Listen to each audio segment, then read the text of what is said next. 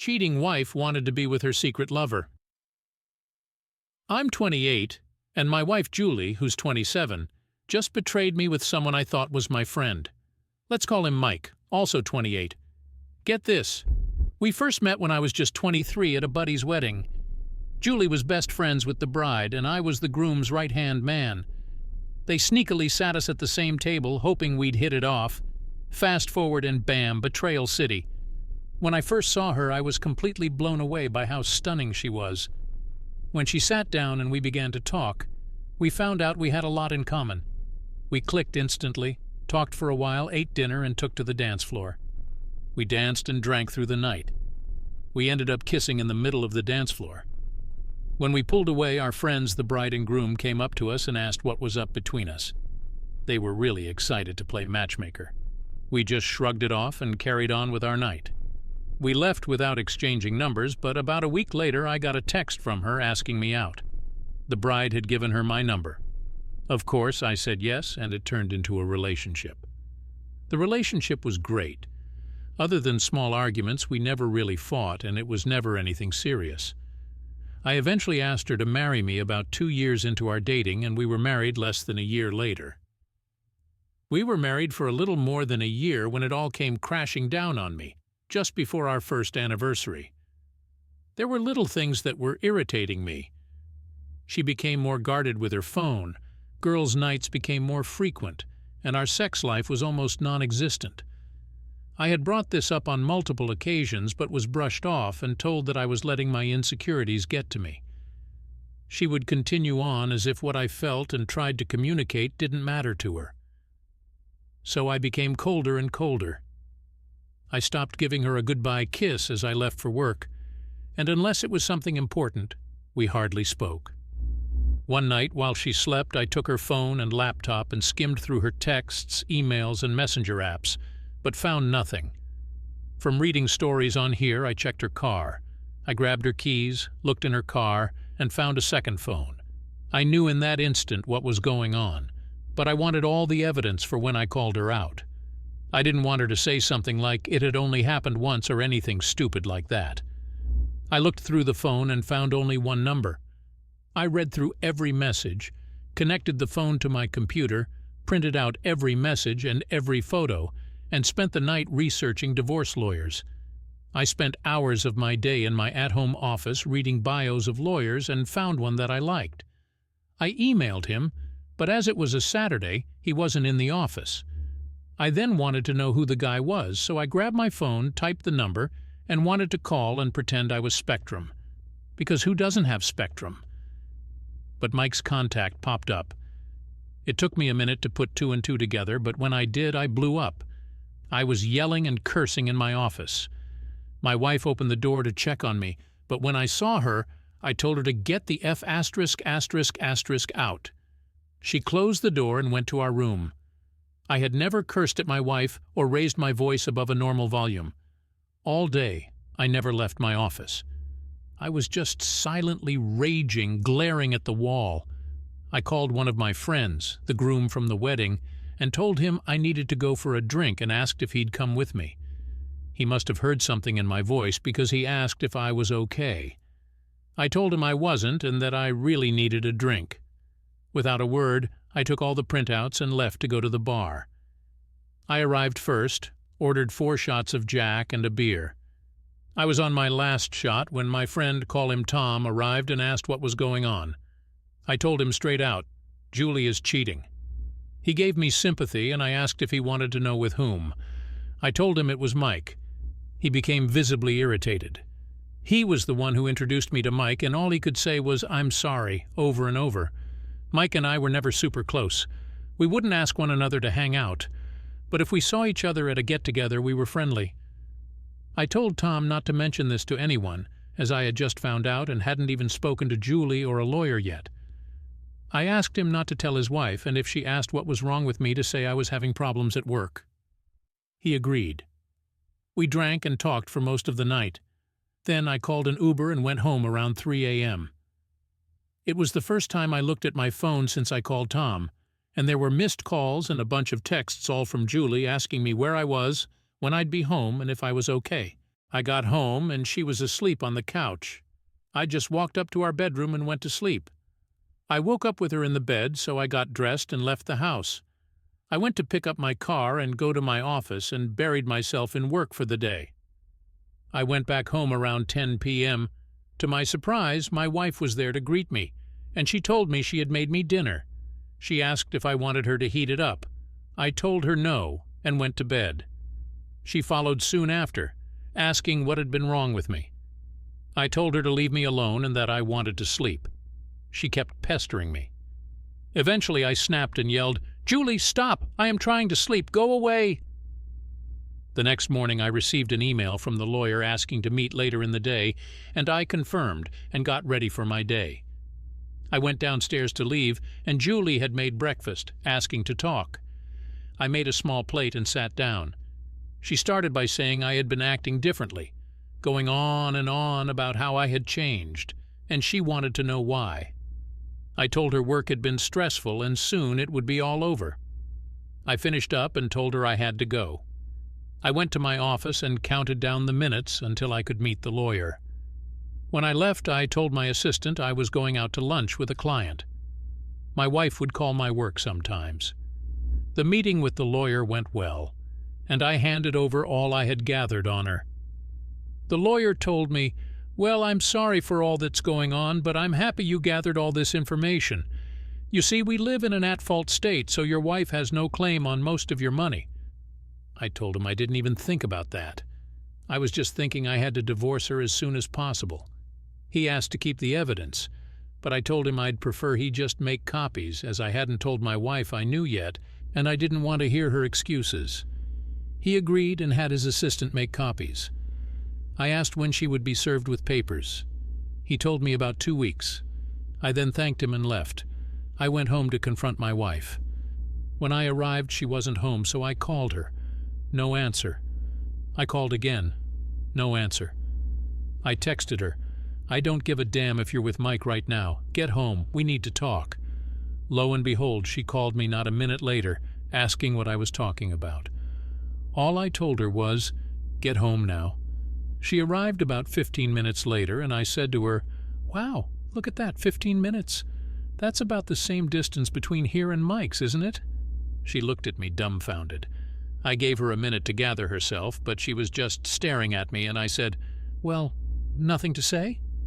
She tried to deny and gaslight me, and I let her continue on. She worked herself up and started to insult me, saying things like, "You never satisfied me anyway," and "I deserve better than you." I slammed my fist on the table to shut her up and pulled out the evidence. At first I showed it from the side and said, "Look at this mountain of things I gathered on you." Then I showed her each item one at a time. She then told me to stop and started to cry. She tried to apologize and told me she loved me. I said, "Honey, what happened to that energy you had before? You were so adamant about degrading and insulting me just a minute ago." She tried to hug me and tell me how sorry she was. I put my hand out and told her, "Don't touch me." She said we could go to the bedroom and do whatever I liked.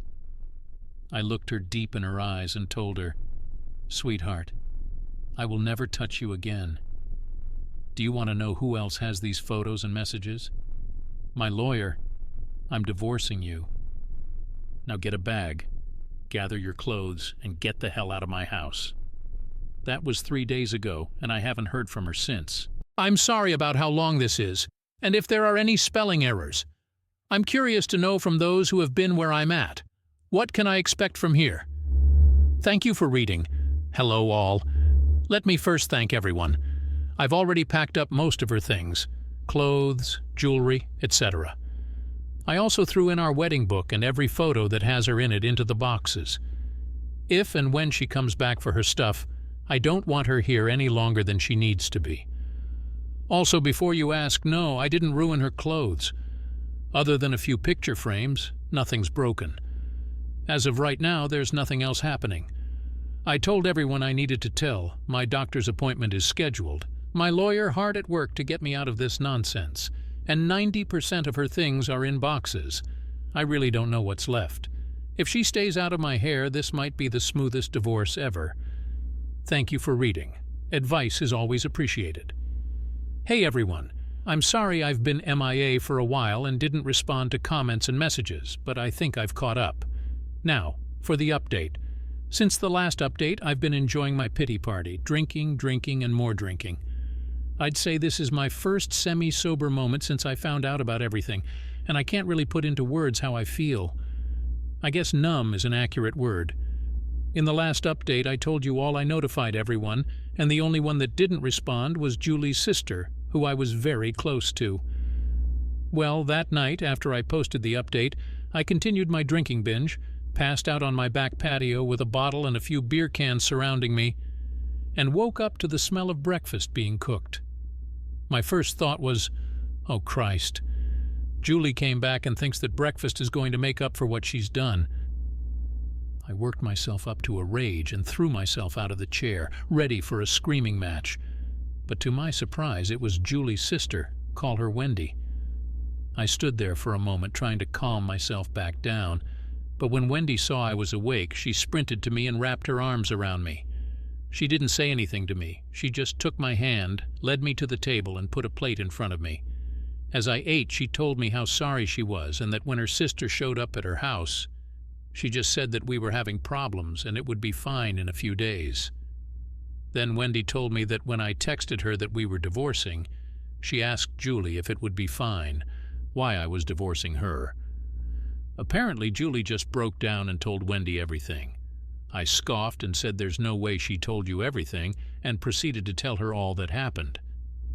Wendy told me that Julie had said it was a one-time thing and that I was blowing it out of proportion. I told Wendy that I have no intention of getting back together with Julie, and if that is why she's here, she's wasting her time. If she's in contact with Julie, Wendy needs to tell her to find a lawyer. She laughed and said she wasn't here for her sister. She was here for me. She told me that, of course, she'd be there for her sister, but that she and I are friends and she wouldn't abandon me, especially when I didn't do anything wrong. I stood up, went to her side of the table, and just hugged her. I was so worried that all this BS that's going on would ruin her and my friendship, and hearing her say that made me feel so much better. Wendy stayed with me for 2 days, guest bedroom heathens, and left this morning as I am preparing to leave for my cabin. I had it before the marriage, so Julie can't touch it. I was gathering my hunting and fishing equipment. She asked if she could join me, but I told her as much as I would like that, she should probably go check in on her sister. She agreed, hugged me, and left. I am truly grateful to Wendy for being there for me. Before any of you say she's into me, she's not. She's also 20, and that's way too young for me. It's just a really great friendship. I almost forgot to say I went to the doctor, got tested, and the results should be in on Monday. I've reached out to Mike's fiancée GCEE a few times just to check on her. She tells me she's fine and she doesn't know what to do. I told her if she wants to meet any time next week so she could vent, I'm more than happy to listen. I'll be on here for a little bit, so if you have questions or advice, feel free to comment or message me. But I'll be leaving for the weekend. There's no internet out there, so I won't be around this weekend. I also want to say thank you all so much for reading, reaching out, and all the praise you've all given. You all have been a light in a truly dark time in my life.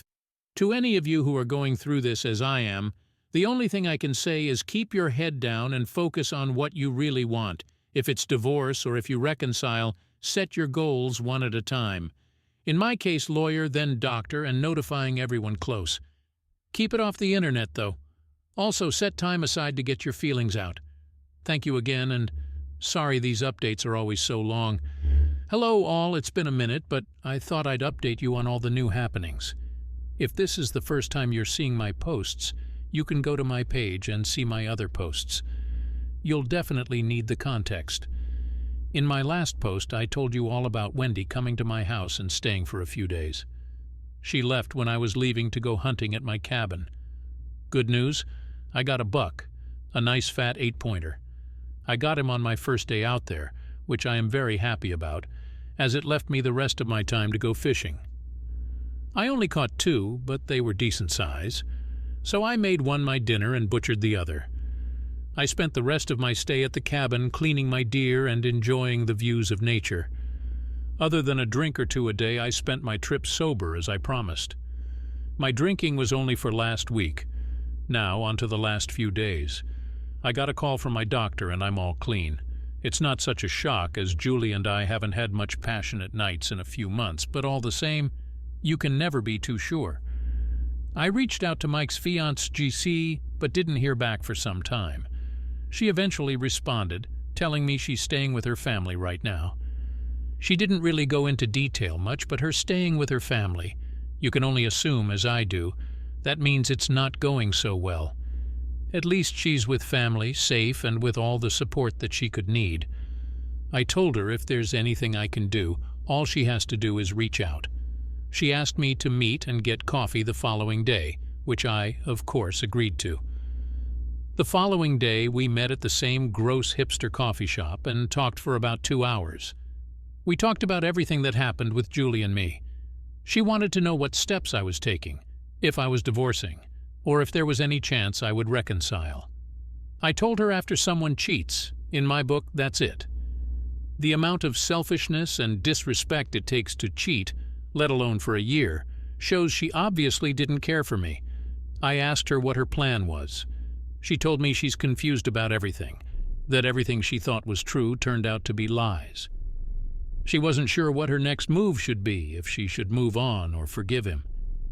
I told her if she could forgive someone for cheating on her for that amount of time, she's a better person than me. She told me all of her family was telling her that she should forgive him and go on to get married. I told her I was going to be blunt with her and went on to say just because it's what your family wants doesn't mean you need to follow along. I then said Mike obviously doesn't care about marriage and what it all means. He cheated on you, his fiancée GCE, with my wife. If that doesn't show you he's not marriage material, I don't know what will. I told her she needed to do what she thought was right and not to have anyone other than herself make decisions that will affect her life. I told her when I found out, all I could do was think of a way my heart could trick my brain into thinking of some way I could accept it and forgive her, but I just couldn't do it. I also said I only talked to one person, but I had already made my decision, and no one could change my mind. I bet when you went to stay with your family you had a pretty good idea of what you were going to do, but you let too many people in, and they all gave their own take on it. I finished by telling her all she needed to do was follow her gut. Her brain and heart will always lie to her, but if her gut feels something's off, 9 out of 10 times, her gut's probably right. She soon after thanked me, and we left each other and went home. The following day, I got a message from my lawyer that Julie had successfully been served at work. I thanked him for all his work, especially in the time frame he's gotten it done. Not long after that, Wendy called and told me Julie hasn't left her room all day and she's sobbing in bed. I told her she was served and is probably realizing how badly she messed up. Wendy asked me how the cabin was and if I got anything. I told her everything I did and how my time was there. We talked for a moment and hung up. After, I prepared myself in my house for my wife's explosion. I figured if there was any time she would, it would be soon now that she's been served, so now I am waiting, biding my time. I have Advil on standby for what I can only assume is going to be a headache. I told my friend, and he agreed that if Julie showed up, he would race over to be a witness just in case all else fails. I'm currently waiting for Hurricane Julie to tear through my house. If or when she does, I'll send out another update. Thank you all for reading. Hello again, everyone. I know I posted only 2 days ago, but I have some news. I wasn't on here after I posted, but some wild stuff has happened, and I couldn't find the time until now to get to the comments of my last post, so I'm sorry I haven't responded. Here's a quick run-through from BAP of everything that's happened so far, then I'll move on to the update for all those who are seeing my post for the first time. My wife was showing the typical signs your partner is having an affair, so I snooped and found a second phone in her car. I immediately started looking for a lawyer, got one, and started the legal process. I confronted my wife, and after a verbal fight, she packed a bag and left. I then contacted all of those who are close to us, my friends, my father, and her family. Then I contacted her affair partner's fiancée GC and told her all that I knew and could prove. She was then served at work 2 days ago, and now you're up to date. She started to cry and tell him I hit her and threw her out of the house. My friend and his wife told the other officer that when they came to the house, she was yelling and banging on the door, so they couldn't confirm that I didn't do what Julie said I had done. After that officer was done talking with my friend and his wife, he came to my door. When I opened it, Julie said, "There, that's him. He hit me. I want him arrested." He started to put me in cuffs when I told him, "I can prove that she's lying to you. All I need is my phone." The officer stopped and told me to show him the view from the outside cameras. After reviewing the video, he apologized for jumping to conclusions and automatically assuming I was the one in the wrong. I told him I didn't fault him. He then told me that they received 15 calls total from my neighbors, and apparently, during Julie's rant, she had screamed out, "He hit me!" So the officers had already made their judgment. After having to deal with the police for about a half hour, Julie ended up being put in cuffs and charged with disturbing the peace, public intoxication, and AIDOWA. As the police took Julie to the car, Wendy showed up and came to me asking what had happened. I showed her the video on my phone of it all. The officer then came up to me to hand me the case number and some other paperwork. Wendy started to ask questions about the charges, so I just went back inside. Wendy followed soon after and sat next to me. She told me she left her house for 10 minutes to run to the store. But when she got back, Julie was no longer in the living room, so she thought Julie had gone to bed after she drank too much wine. Wendy and I talked for a while, and she asked me if she could stay the night. I said she was welcome any time. She told me that Julie had to spend the night in jail. I don't know why, but they could bail her out in the morning. She told me that when I went back inside, she called her parents to let them know what was happening and to see if they could bail Julie out because Wendy doesn't have that kind of money. We had a beer together and soon went to bed. When I woke up in the morning, Wendy had already left to meet with her parents. I haven't heard from Julie or their parents, but I don't think it's a fun conversation. About an hour or so after I posted last, I was waiting for Julie to show up at the house and go ballistic. I had no real reason to think she would do anything, but given everything that's happened, I never really knew the woman. I went around to all the cameras that I had up and made sure they were working properly, both the ones inside and outside. I called my friend, letting him know that Julie was served today, and if she shows up, he needs to get to my house as soon as he could. I am not going to jail because of this woman. Turns out I was right because Julie showed up at the house, banging on the door, screaming to let her in. I immediately called my friend and Wendy to get here because Julie is beating down my door. She was cursing my name, begging me to let her in, calling me every name in the book, and questioning how I could be so heartless, blah, blah, blah. She's not wrong, because the entire time she was screaming and banging on the door, all I could do was laugh. I then wondered why she didn't just walk in. She still had keys, at least to my knowledge. When my friend showed up, she was still screaming and cursing, so he started to record on his phone and stayed in his truck. But this idiot brought his wife with him, Julie's friend, so she got out and tried to calm her down. She walked up to Julie, putting her arms around her and trying to get her to talk to her. Julie then slapped her across the face, screaming at her to mind her own business. That made my friend, who now has a video of it, call the police. She continued to scream and curse until the police got there. When they did, she tried so hard to play the victim. "Hello all. It's been a little over a week since I've posted, and I have some small news. If you didn't see my last update, that's because it was taken down. I don't know why, but I'll give you a rundown of all that happened. I'll try and keep it short and sweet and move on to the update.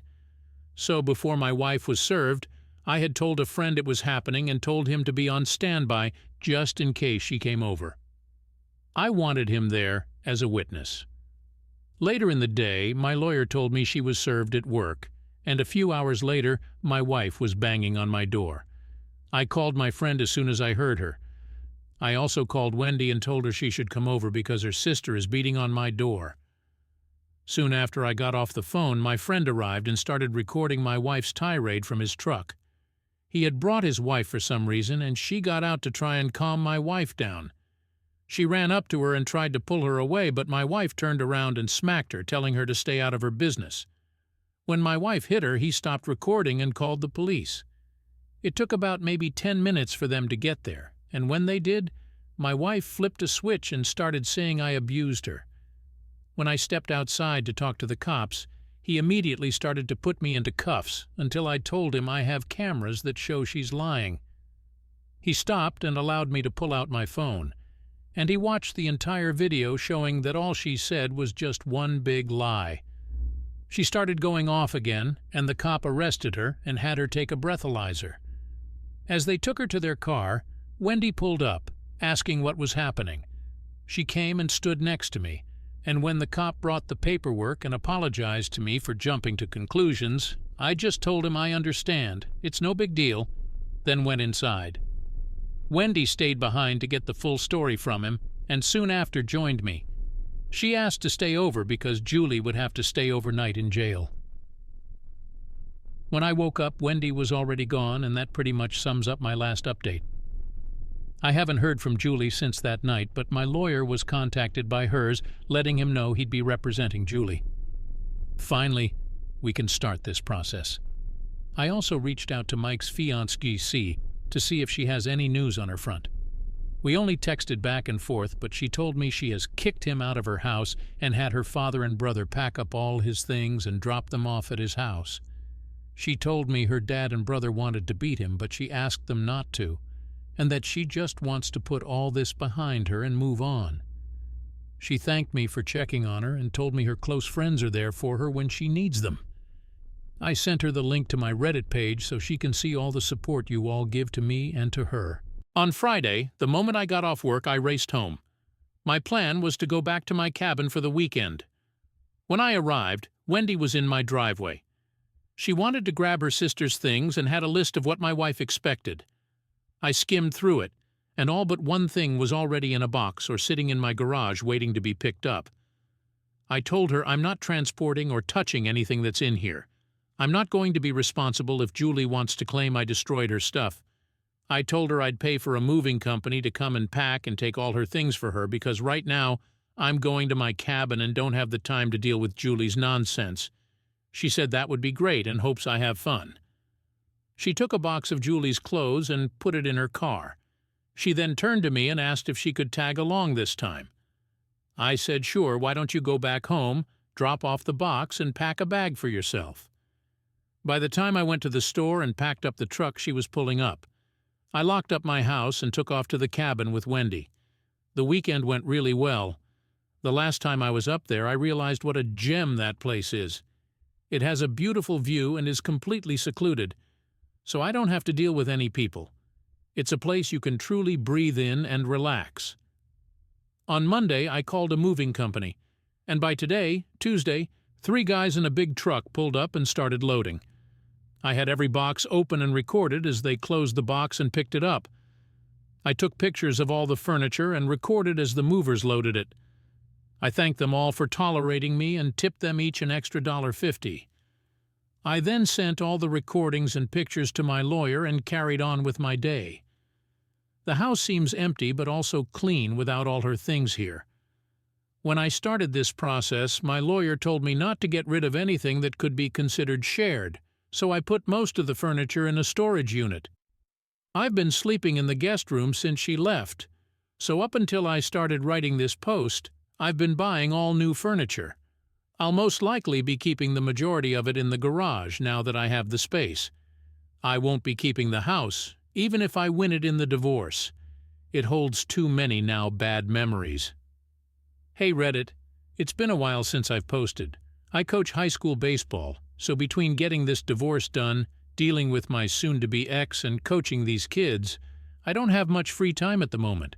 Quite a bit has happened, so this might be a long post, so please bear with me. Since it's been a little over a month since I've posted, I'll give a small rundown of what all had happened in my last post in case you've forgotten. If this is the first time seeing my post, or if you need to go back to reread something, it's all in my profile still. So, we left off with Julie being arrested after striking my friend's wife and telling the police I assaulted her. After showing them the video of all that happened, I was let go, and she was taken to jail on a variety of charges. I didn't hear from Julie for a while until her lawyer reached out to mine, letting him know that he'd be representing Julie and doing the lawyer-to-lawyer formalities. I reached out to Mike's fiancée GC asking what was happening and found out she had kicked him out, and her brother and father took all his things to Mike's new place.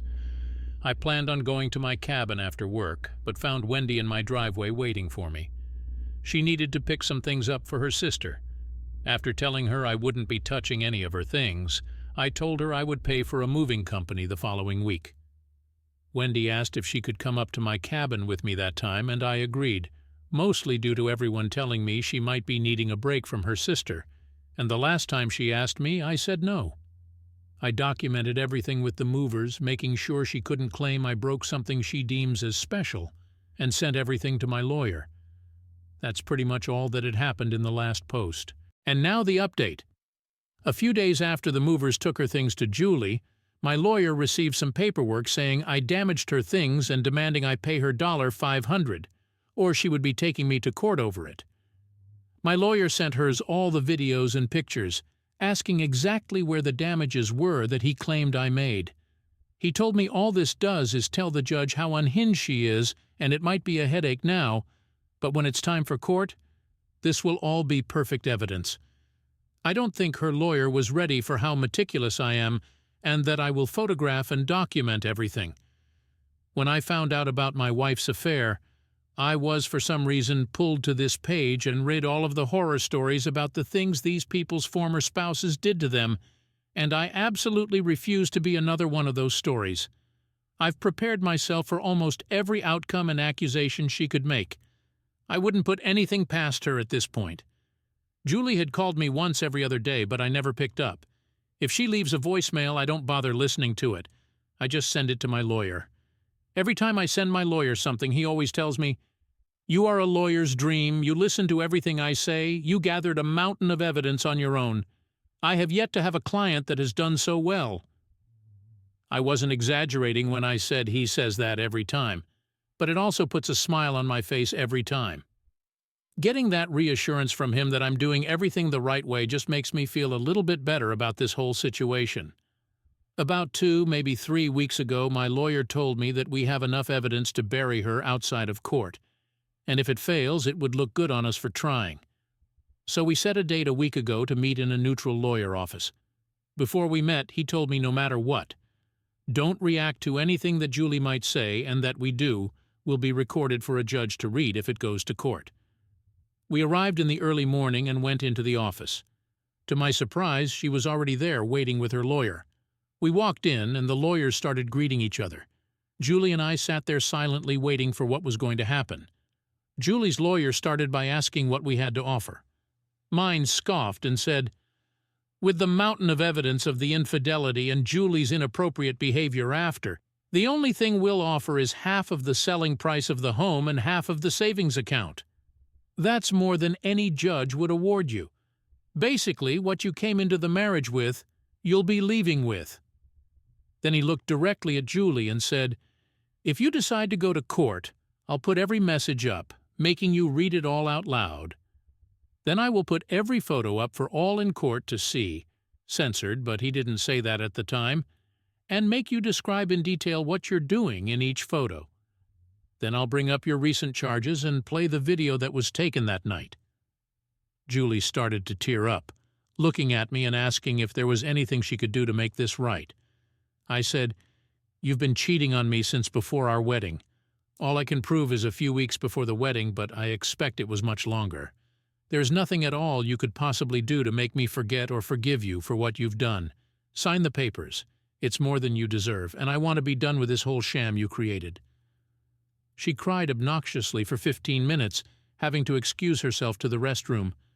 When she returned, she was still in tears but signed the papers and walked out not long after. So in about a month, everything will be filed, and all I'll have left to do is sell the house. It's been a hell of a ride, and I can't say I'm going to miss Julie or all the drama she brought into my life. I want to thank you all for reading and all the advice you've given. Also, shout out to the strong, successful male who's been bringing what's happened to me on YouTube. I've read through most of the comments on there, taking the advice from there as well. Julie tried reaching out to me a couple more times, but I ignored every call. She even showed up at my door once, but I didn't let her in. She stood out there screaming and calling me every name under the sun, but I just turned on some music and let her wear herself out. Eventually she left, and I haven't seen her since.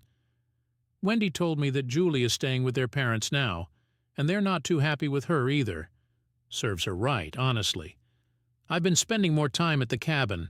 It's become my sanctuary. I've got new furniture, a new bed, and a fresh start. It feels good to have a place that is truly mine, without any bad memories attached to it. Wendy comes up occasionally to visit, and we've become closer friends through all this mess.